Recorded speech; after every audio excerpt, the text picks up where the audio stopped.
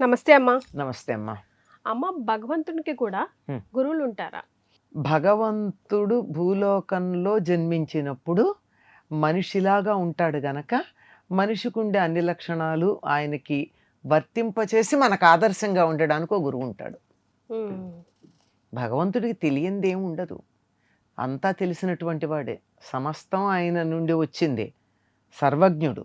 అయినా సరే అక్కడుంటే సర్వజ్ఞుడు, ఇక్కడ కూడా ఆ లక్షణం కొంత ఉన్నా ఇక్కడికి భూలోకంలో అవతరించాడు కదా. అవతరించినప్పుడు ఇక్కడ మానవుడిగా పుట్టినప్పుడు మానవుడు ఏ రకంగా ప్రవర్తిస్తాడో అలా ప్రవర్తించి ఆదర్శంగా ఉంటాడు గనక ఇక్కడ అందరికీ గురువులు ఉండాలి గనక తనకు కూడా గురువు ఉండేటట్టుగా చూసుకుంటాడు. Best of one of the Guru. Best గురువులు అంటే మన రాముడికేమో వశిష్ఠుడు విశ్వామిత్రుడు ఉన్నారు. కృష్ణుడి దగ్గరికి వచ్చేటప్పటికి సాందీపని, కృష్ణే వందం జగద్గురు అంటాం కదా, ఆయనకు కూడా గురువు ఉన్నారా? కృష్ణం వందే జగద్గురు, జగద్గురువు అయినటువంటి వాడు ఆయన. ఎప్పుడయ్యాడు, ఎప్పుడు చెప్పాడు? భగవద్గీత చెప్పే నాటికి. కానీ ఆదర్శప్రాయంగా ఉండాలి గనక మరి అందరికీ తెలియాలిగా, ప్రతి వాళ్ళు చదువుకోవాలి కదా. చదువుకోకపోతే ఏమనుకుంటారు, కృష్ణుడే చదువుకోలేదు మనకెందుకండి చదువు అంటారు, అంతే కదా. అందుకని ఆయన సాందీపని మహర్షి ఆశ్రమానికి వెళ్ళి 64 రోజుల్లో 64 విద్యల్లో ప్రవీణుడయ్యాడు. రోజుకొక విద్య. మరి ఎందుకంటే తప్పనిసరి. కారణం ఏమిటి? ఆదర్శంగా ఉండాలి. అంతేకాదు ఇంకొక మాట కూడా చెప్తాడు. పెద్ద అయ్యాక కుచేలుడు ఆయన్ని చూడ్డానికి వస్తాడు కదా. వచ్చినప్పుడు అంటాడు, దైవాధీనం జగత్ సర్వం, దైవం మంత్రాధీనం, మంత్రం బ్రాహ్మణాధీనం, బ్రాహ్మణో మమ దేవత అంటాడు. ఈ జగత్తంతా దైవం చెప్పినట్టుగా నడుస్తోంది. ఆ దైవం ఏమో మంత్రానికి అధీనంగా ఉంది. మంత్రం ఎవరి చేతుల్లో ఉంది? బ్రాహ్మణుల చేతుల్లో ఉంది. బ్రాహ్మణుడు నాకు దైవంతో సమానం, దైవం అన్నాడు. ఇక్కడ బ్రాహ్మణ శబ్దం కులంగా తీసుకోవద్దండి. ఈ ప్రాచీన గ్రంథాలు చదివేటప్పుడు వచ్చే సమస్య ఏమిటంటే ఇప్పుడు మనం అనుకున్న కులం పేరు అక్కడ వర్తిస్తా కాదు, బ్రహ్మజ్ఞానం కలిగినటువంటి వాడు అని అర్థం. అటువంటి బ్రాహ్మణుడు నాకు దైవం గనక నేను నిన్ను పూజిస్తున్నాను అని చెప్పి కుచేలుడిని పూజిస్తాడు కృష్ణుడు.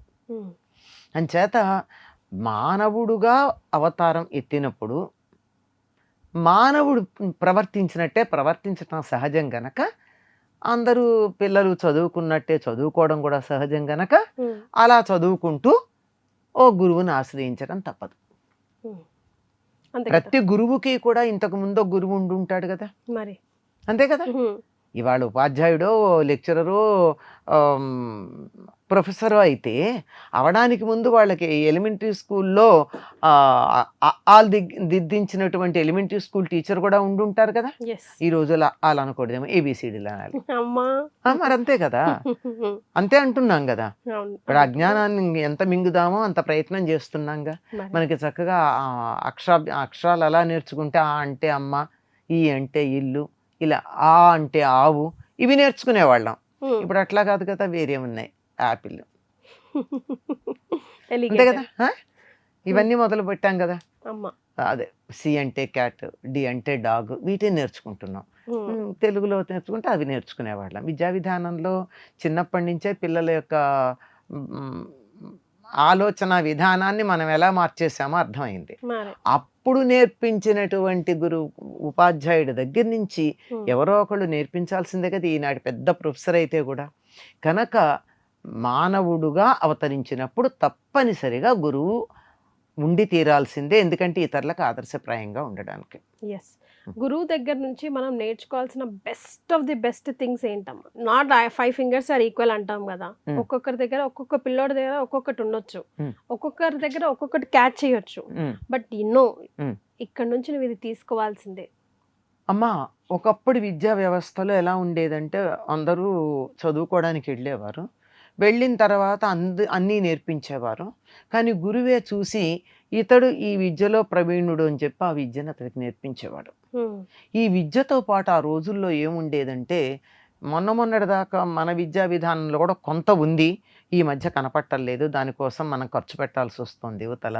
ఏమిటంటే విద్యతో పాటు బుద్ధి కూడా ఉండేది. విద్యా బుద్ధులు అనే పదం ఉంది, అంతే కదా. విద్యతో పాటు బుద్ధి. బుద్ధి అంటే ఏమిటి? మంచి చెడులని విడదీసి నేర్చుకోగలిగిన దాన్ని బుద్ధి అన్నారు. ఉమ్. ఈ రోజుల్లో అది చాలా అవసరం. అవునమ్మా. ఎందుకంటే చేతిలో ఫోన్ ఉంటుంది, వాట్సాప్లో అడ్డమైన చెత్త వస్తుంది. ఏది మనం స్వీకరించాలో ఏది వదిలేయాలో తెలియాలి. ఉమ్. చేతిలో ఫోను నోరు ఉన్న ప్రతివాడు ఏదో ఒక మెసేజ్ పెడతాడు. ఉమ్. మరే. అది అబద్ధమో నిజమో పనికొచ్చేదో పనికిరాదో ఇవన్నీ ఏం తెలియకుండా అవి నమ్మేసి ఇబ్బందులు పడకుండా ఉండాలంటే బుద్ధి అవసరం. ఉమ్. అంటే differentiating between good and bad అది ఉండాలి. ఉమ్. అది నేర్చుకునేవాళ్ళు పూర్వం.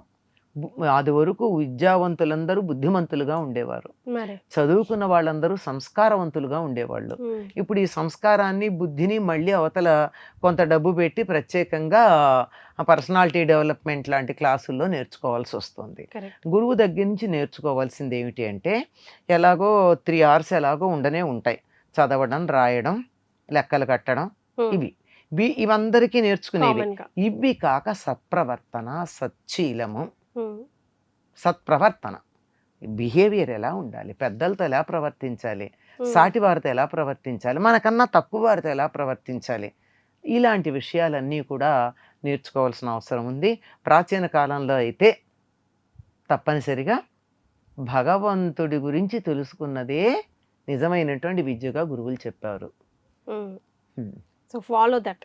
అంతే ఉమ్. కదమ్మా. అంతే. Not. అప్పుడు వినేవారు. ఇప్పుడు విద్యా విధానం మారిపోయింది. ఇప్పుడు గురువులు అన్న వాళ్ళు ప్రత్యేకంగా మనకి ఎట్లా ఉన్నారమ్మా? గురువులు కూడా ఈ రోజుల్లో అనుకుంటున్నారు గురువులు కానీ ఎక్కడ సరే, ఉన్నారమ్మా? గురువులు అసలు- ఉపాధ్యాయులు ఉన్నారు, కరెక్ట్, కరెక్ట్. ఉపాధ్యాయులు ఉన్నారు, లెక్చరర్లు ఉన్నారు, ప్రొఫెసర్లు ఉన్నారు, రీడర్లు ఉన్నారు.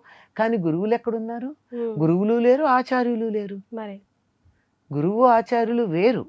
మనం చదువుకుంటున్నటువంటి ఫార్మల్ ఎడ్యుకేషన్లో ఉండేటటువంటి వాళ్ళందరూ టీచర్స్ అంతే. ఎస్. అంతే తప్ప మనకి సన్మార్గం బోధించేవాళ్ళు లేరు. మనం ఎట్లా వెళ్ళాలో చెప్పేవాళ్ళు లేరు. నువ్వు ఇట్లా వెళ్ళు, నీ జీవితంలో బాగుపడతావని చెప్పేవాళ్ళు లేరు. జీవనోపాధికి ఉపయోగపడుతున్నాయి కానీ ఈనాటి చదువులు జీవనానికి ఉపయోగపడట్లా. కరెక్ట్ అమ్మా. ఎట్లా బతకాలో చెప్పట్లా మనకి. మరి. ఏదో 4 డబ్బులు సంపాదించిన అన్నం తినడం ఎలాగో నేర్పిస్తున్నాయి అంతే. ఉమ్. అందుకని అటువంటిది నిజంగా జీవితం యొక్క పరమలక్ష్యం ఏమిటి, దాన్ని చెప్పేవాడు గురువు. ఉమ్. పరమలక్ష్యం ఏమిటి? అల్టిమేట్గా నువ్వు ఎంత కొన్ని కోట్లు కోట్లు కోట్లు సంపాదించు. ఎందుకు సంపాదిస్తున్నావు అంటే చివరికి ఏం చెప్తాడు? ఉమ్. ఆనందంగా ఉండడానికి. మరి. అది ఎప్పుడో 90 ఏళ్ళు వచ్చాక ఆనందంగా ఉంటావా? జీవితం అంతా 90 ఏళ్ళు కష్టపడి మరి. ఇప్పటి నుంచే ఆనందంగా ఉండే ప్రయత్నం చేయొచ్చుగా. ఉమ్. ఆనందంగా ఉంటూనే అన్నిటినీ సంపాదించుకోవచ్చుగా. ఉమ్. అది చెప్పాల్సింది. ఎస్. ఇది చెప్పేటటువంటి వాడు గురువు. ఎస్. జీవించటం నేర్పినవాడు గురువు. ఉమ్.